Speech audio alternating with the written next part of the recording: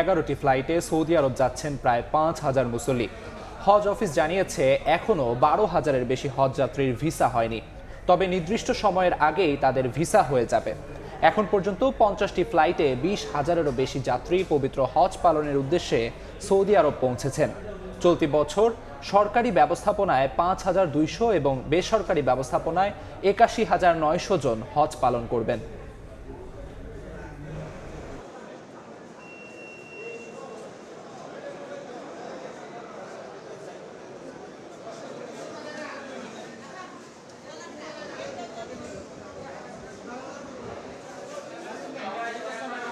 ভিসার তথ্য পেয়েছি, সেখানে আমাদের মাত্র 12,535টি ভিসা এখন পর্যন্ত প্রিন্ট অবস্থায় আসেনি। এগুলোর মধ্যে কিছুটা অনেকগুলো প্রায় অ্যারাউন্ড 8,000 প্রায় 8,000-এর মতো ভিসা যেগুলো আসলে নতুন আবেদনের প্রেক্ষিতে নিউ অ্যাপ্লিকেশান হিসাবে আছে এবং বাকিগুলোর অধিকাংশই আন্ডার প্রসেসের অবস্থায় আছে। গত 4 দিনের ফ্লাইটে যে সমস্ত হজযাত্রী ভিসার কারণে যেতে পারেনি, এর মধ্যে অনেকগুলো ভিসা সরকারি মাধ্যমে এবং বেসরকারি মাধ্যমে অনেকগুলো ভিসা ইতিমধ্যেই হয়ে গেছে।